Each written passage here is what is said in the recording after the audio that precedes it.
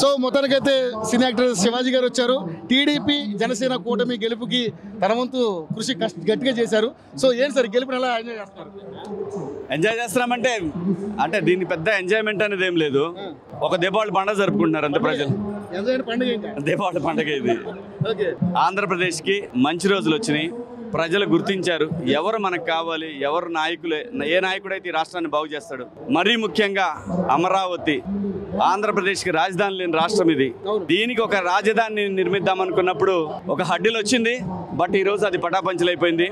ఈ రోజు ఈ సంబరానికి ప్రధాన కారణం అమరావతి మహిళలు చరిత్రలో చేసిన పోరాటాల్లో ఇది ముందుంటది అనమాట.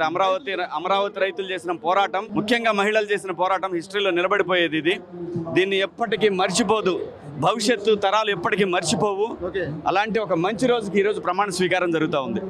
సో పవన్ కళ్యాణ్ గారి కలయిక, చంద్రబాబు నాయుడు గారి కలయిక ఈ రాష్ట్రానికి సర్వతోముఖాభివృద్ధిగా ఉండేలాగా ఈ సందర్భంగా నేను అటు పవన్ కళ్యాణ్ గారి అభిమానులు కానీ టీడీపీ అభిమానులు కానీ చెప్పేది ఒకటే, కలిసి ఉంటే కలదు సుఖం, విడిపోతే చాలా ఇబ్బందులు ఉంటాయి. కాబట్టి కలిసి పనిచేసుకోండి. కింద స్థాయిలో ఎవరన్నా సరే, కింద స్థాయి కాదు, ఇప్పుడు అపోజిషన్ పార్టీ కూడా లేదు కదా మనకి, మర్చిపోయా. ప్రధాన ప్రతిపక్షం కూడా లేదుగా. మేజర్గా ఏంటంటే రెండు పార్టీలు దూరం చేయాలి చాలా మంది ట్రై చేస్తారు. ఫేక్ న్యూస్లు నమ్మకండి. మెయిన్ నాయకులు ఏమైతే చెప్పారో దాన్ని ఫాలో అవ్వండి.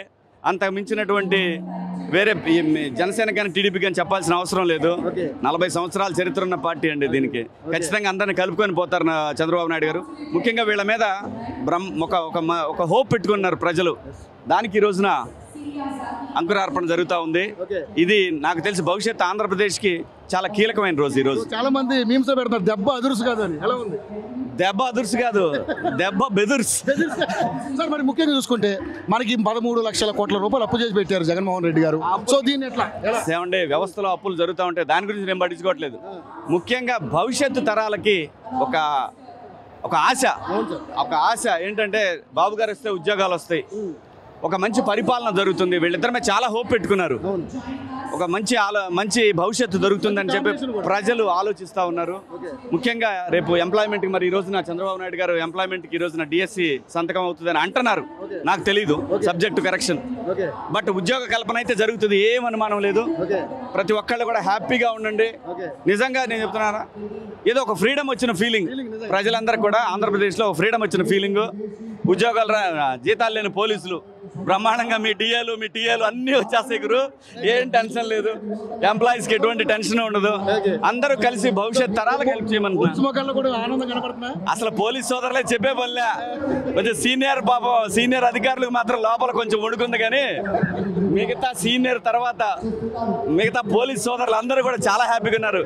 ఏది డిఐజీ స్థాయి నుంచి కింద వరకు. అదే ఎస్పీలు కొంచెం తేడాగాళ్ళు ఉన్నారు కదా మధ్య, వాళ్ళందరూ కూడా ఈ రోజున శంకరగిరి మాన్యాలకి వాళ్ళకి తప్పదు. ఎప్పుడు ప్రజల అధికారం ఇచ్చింది ప్రభుత్వాలకి, ప్రజలకి మంచి చేయమని.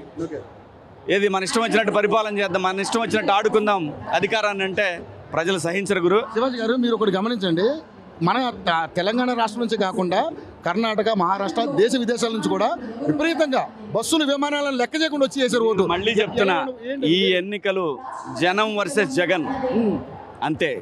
జనం వర్సెస్ జగన్ గారిని భవిష్యత్తులో కూడా ఎప్పటికీ కూడా ఈ రాష్ట్రంలోకి రానివ్వరు.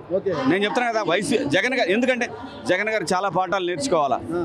జగన్ గారు చేసిన తప్పు ఏంటంటే అధికారం కావాలన్నప్పుడు జనంలో ఉన్నాడు, అధికారం వచ్చిన తర్వాత జనానికి దూరంగా ఉన్నాడు.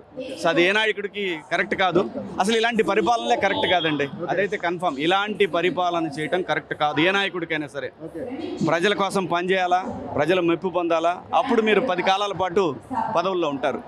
సో మాట్లాడిన నాయకులందరికీ ఇష్టం వచ్చినట్టు ఆవేశం లేదో మాట్లాడతారు, అభిమానం ఉందని చెప్పి.